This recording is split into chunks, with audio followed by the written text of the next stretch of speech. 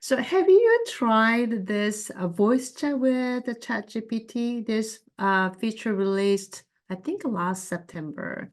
So let me just play this I screen recorded the other night, just less than 1 minute. If I say something in English, can you translate into Spanish? Absolutely. Go ahead and say This is what you'd AI like me to voice. translate into Spanish. Today, I'm going to share practical tips and examples of how to use ChatGPT for ESL lessons. Consejos prácticos y ejemplos sobre cómo usar ChatGPT en lecciones de inglés como segundo idioma. So what do you guys think? I do not know anything about Spanish. I never learned Spanish. It's okay. Yeah, sounds all right. The ¿Hay next algo one. más en lo que pueda ayudarte? Okay, I'm going to say something in Korean. Can you translate into English? Of course. Feel free to say what you want in Yeah, Korean, I'm and I'll native translate Korean. it to English for you. 안녕하세요. 제 이름은 라연재라고 합니다. 저는 오늘 챗GPT를 사용해서 어떻게 영어 학습을 잘 할 수 있는지 여러분에게 나누고 싶습니다. My name is La Yunjae. Today, I want to share with you how you can improve your English using ChatGPT. So what do you guys think? As a Korean, this translation is perfect. Very good. Very with a very natural voice. So my question is, now our students can communicate with AI even without learning a language. Then what's going to be the future ESL education look like? And what's going to be my role and your role as a language teacher? That is my central question throughout this presentation, not just showing, hey, try this, try that one, this is cool. So let's have this question together. So maybe in the breakout rooms later, I like to listen from you, what you guys think. What's going to be the new roles and new tasks of language teachers or ESL teachers. For next, If I say something in 15 minutes, I'd like to talk about 4 things. First thing, warning. Second thing, my real writing lesson sample. Third thing, tips for prompt. And number 4, how to generate customized dialogues. So let's go with the warning. So a couple of months ago, when you open ChatGPT, you probably saw this warning message, but most of us really not read it, right? So let's read. The system may occasionally generate incorrect, misreading information. Yes, this is true. And it is not intended to give advice, right? So let me give you an example. I asked ChatGPT, can you generate my biography? Then I gave a couple of simple information about myself. Then it generated like this. So it says Yeonjae is highly dedicated, experienced ESL instructor. Okay, that sounds good. But look at this part. She later pursued masters in TESOL, which is not true. I never got TESOL master's degree in TESOL. My master's degree is in educational administration from South Korea. So this is not true. So I found ChatGPT is programmed to pretend it knows everything with very confident voice. And it mixed very well some facts and also fake information. So we should be very careful with this. And the second example, have you ever used ChatGPT for essay grading? For teachers, it's very, very tempting. Many people worry about, well, our students going to cheat with ChatGPT because they can generate an essay in 10 minutes. But also it's very tempting for our teachers because when you use ChatGPT, it can generate great feedback in 5 seconds for 10-page long essays. So I did a little experiment with a STAR test. STAR test is Texas standardized test for like a 3rd grade through 12th grade, high school seniors. So what I did, I copy and paste the writing rubric from STAR test, and then asked ChatGPT to grade the writing based on the same rubric. And the result from the STAR test guide, for example, the human grader, the human teachers gave 1 score, a comparison 0 for this sample writing. But when I did this exactly same thing with the ChatGPT, first attempt, ChatGPT gave 2 points for organization and convention 0 points. But the problem is not just comparing human grade and ChatGPT grade, but when I tried exactly same thing on the second time, it gave me different score, even though exactly same writing set, but exactly same rubric. So it has a self contradiction in when ChatGPT grade the same essay. So far, maybe some, if we give a more fine-tuning prompt, it may give more objective and consistent grade.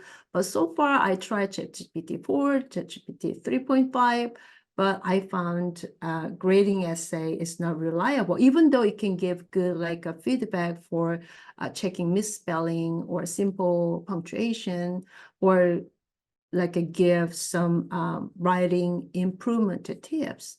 So some parts sounds very okay, reliable, but just if we solely depends on ChatGPT, I don't think it's not a safe grading tool so far. That's what I believe.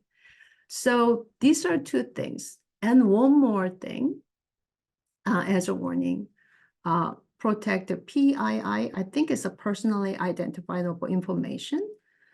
So for example, when we try to give feedback through ChatGPT, if we put our student's name and their school or their grade or their personal information, the town they live, I don't think this is not safe. Another example, have you ever tried the GPT for Gmail? I use a lot, honestly, and it's really convenient. So in one line, you just write, please generate email to my supervisor while I'm going to be late in the meeting, something like this. Then it generates really fancy, very formal email. You can type in Spanish, Korean, Japanese, Chinese, then it can generate beautiful English email. So it's really good for our language learners when they communicate email. But I found it's really, really easy to share lots of personal information, not only for yourself, but for your colleagues, your students. So even though GPT for Gmail is a very convenient tool, I think we should be very careful. And then let me jump to how to use ChatGPT for writing lesson. So simply, I start like this. Hey, you're an ESL teacher. I'm an adult learner. I wrote about with this topic. So correct misspelling and grammar, but do not change. So I be very specific what I want the GPT do for this writing feedback. Then I copy and paste my student writing piece, and then GPT, when it finds the misspelled word, it can highlight like this, and then it gives 3 points for improvements. So when I teach like only 5, 6 students, it's easy for me to give real-time feedback. But when I have 20 students, I often use ChatGPT to give them check their misspelled or simple punctuation and the simple improvement tips. So that's what I do. And then last summer, I developed Google spreadsheets with ChatGPT. So you can use ChatGPT in Google Docs, in Google Sheets to, if you install this extension, GPT for Sheets and Docs. So for example, I ask my students, you can type on this column, then ChatGPT will give you instant feedback. So for example, I'm going to say, I like to learn Japanese because my mother's friends need from Japan want to visit Austin, Texas. I live in Austin, Texas. So of course, I misspelled intentionally. And then GPT, it takes a while, but it gives like a edited my writing right away. I'm sorry, it takes a while. And then what I do to ask my students, see the difference between your original writing and ChatGPT, and then find out the differences between two. I think this is actually my main focus. So in this AI age, what we need to teach is, help our students develop critical mind and remind them constantly GPT or AI is not always correct. So you always need to check and compare with yours. So you can see here, I like to learn Japanese because my mother's friends from Japan wants to visit Austin, Texas. So yeah, then my students put, oh, I misspelled these words. And then Austin, Texas, oh, I need to put comma. So that's a part of my writing lesson. Second thing, also you can using ChatGPT, you can translate like an important announcement into several different languages like this. So during the breakout rooms, I like to show you how to make this kind of spreadsheets. And also I will let you use this pages as well. So for example, I like sushi and hamburger. So I put English sentence, then yeah, we'll take a couple of seconds, then it translates like this. So when I really need to make an important announcement for my students, because usually my ESL students are from all over the world, right? Then I found this is very convenient tool. Like today, the class is going to be canceled because of thunderstorm, something like this. And also, the third page, so let's say you guys had a reading session, and then just copy and paste the text into this first row. Then what happened is ChatGPT generate reading comprehension question right away. I asked ChatGPT, please make 5 questions about part of speech, summarize it, make a dialogue like this.